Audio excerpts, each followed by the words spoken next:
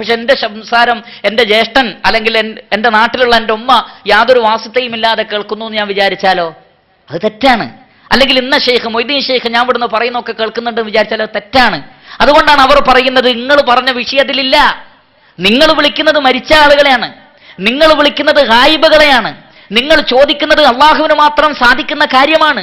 ഈ വിളിയിൽ അതില്ല. ലിഅന്നഹു നിദാഉ ഹാളിരിൻ, ഒരു ഹാളിറിനെയാണ് വിളിക്കുന്നത്. കാരണം ഹദീസിൽ വന്നത് എന്താണ്? ഫഇന്ന ലില്ലാഹി ഹാളിർ എന്നാണ്. എന്നിട്ട് അദ്ദേഹം പറയാണ് ഇമ്മാ മുസ്ലിമു അൽ ജിൻ, ഒന്നെങ്കിൽ അത് മുസ്ലിം ജിന്നുകളാവാം. കാരണം ഇബാദല്ലാഹ് എന്ന് അള്ളാഹു ആരെക്കുറിച്ച് പറയൂല. ഇപ്പൊ ചില ആളുകൾ എന്താ ഒരു മുസ്ലിം ജിന്നിന്റെ പ്രശ്നം, അത് വിവരമുള്ളവരോട് ചോദിക്കണം.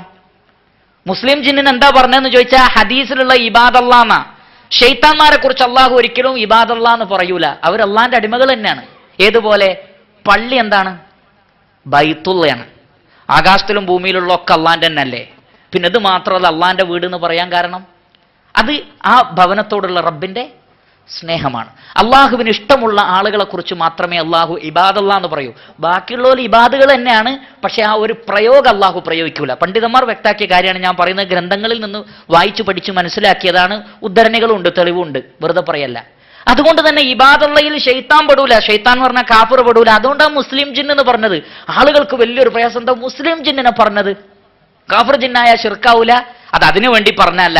ഇബാദുള്ളയിൽ ആര് പെടും? ഷെയ്ത്താനും കാഫറും പെടുവോ? ഇല്ല. അതുകൊണ്ടാണ് പറഞ്ഞിട്ടുള്ളത് ഇമ്മാ മുസ്ലിമു അൽ ജിൻ, അത് മുസ്ലിം ജിന്നുകളാവാം, ഹാദിറുകളായ അവർ. അല്ലെങ്കിൽ ഔ അൽ മലായികത്തുൽ മുവക്കലൂൻ, അള്ളാഹു പ്രത്യേകം ഏൽപ്പിച്ച മലക്കുകളും ആകാം. വലിദാലിക ഖാല ഫഇന്ന ലില്ലാഹി ഫിൽ അർളി ഹാളിറ, അതുകൊണ്ടാണ് ഹദീസിൽ പ്രത്യേകമുള്ള എന്ത്?